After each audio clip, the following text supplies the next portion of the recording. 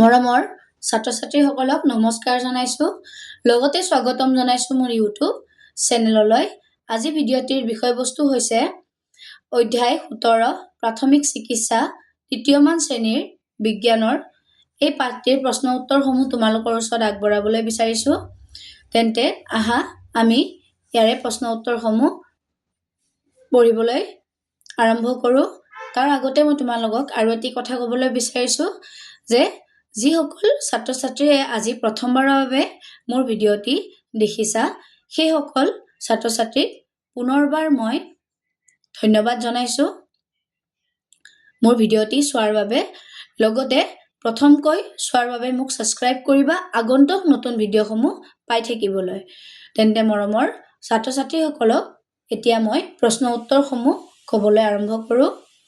প্ৰাথমিক চিকিৎসা কি উত্তৰ চিকিৎসকৰ ওচৰলৈ নিয়াৰ আগতে দুখ পোৱাৰ লগে লগে যি চিকিৎসা দিয়া হয় তাকে প্ৰাথমিক চিকিৎসা বোলে 2 নম্বৰ পৰি হাত ভৰিৰ ছাল ছিঙি তেজ ওলালে কি কৰিব লাগে উত্তৰ প্ৰথমে পৰিষ্কাৰ পানীৰে ধুই পাছত চিকিৎসকৰ পৰামৰ্শ মতে ঔষধ ব্যৱহাৰ কৰিব লাগে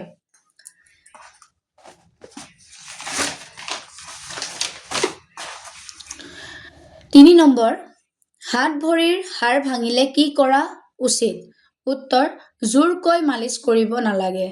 দুখ পোৱা মানুহজনক লৰচৰ কৰি ফুৰিবলৈ দিব নালাগে তৎক্ষণাত চিকিৎসকৰ পৰামৰ্শ ল'ব লাগে 4 নম্বৰ জুয়ে পুৰিলে কি কৰিব লাগে উত্তৰ জুয়ে পুৰিলে ঠাণ্ডা পানীত জুবুৰিয়াই বা ধুব লাগে পাছত চিকিৎসকৰ পৰামৰ্শ অনুসৰিহে মলম ব্যৱহাৰ কৰিব লাগে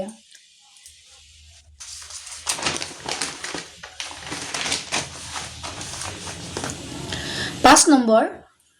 পোক পৰুৱাই কামুৰিলে কি কৰা উচিত উত্তৰ পোক পৰুৱাই কামুৰিলে কামুৰা অংশখিনি ভালদৰে চাই শুং থাকিলে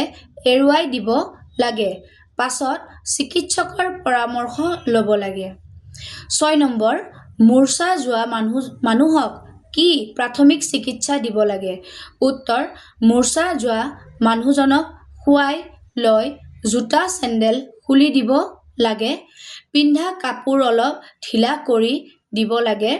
ভৰিৰ পিনে ওখ বস্তু দিব লাগে 7 নম্বৰ শেষৰটি প্ৰশ্ন কুকুৰে কামুৰিলে বা আচুৰিলে কি কৰিব লাগে উত্তৰ দুখ পোৱা ঠাইখিনিত সাফা পানীৰে ধুই ডেটল জাতীয় ঔষধ থাকিলে আঘাত পোৱা ঠাইত লগাব লাগে তৎক্ষণাত চিকিৎসকৰ পৰামৰ্শ অনুসৰি ঔষধ ব্যৱহাৰ কৰিব লাগে তেন্তে মৰমৰ ছাত্ৰ-ছাত্ৰীসকলক আজি মই পাঠ 17ৰ প্ৰশ্ন উত্তৰসমূহ দিছো আৰু আগৰ ভিডিঅ তোমালোকে মোৰ ইয়াৰে পাঠ 16 15 14ৰ আটাইবোৰৰে পাবা লগতে পাঠ ভিত্তিক প্ৰশ্নসমূহ পাবা যি তোমালোকৰ পৰীক্ষাত MCQ হিচাপে হওক বা দীঘল প্ৰশ্ন হিচাপে হওক গুটেখিনি তোমালোকে তাত মোৰ পাই যাবা মৰমৰ ছাত্ৰ-ছাত্ৰীসকলৰ পৰা মই আজি ইয়াতে বিদায় ল'ব বিচাৰিছো আৰু ইয়াতে সমাপ্ত কৰিব বিচাৰিছো ভিডিঅ'টি ধন্যবাদ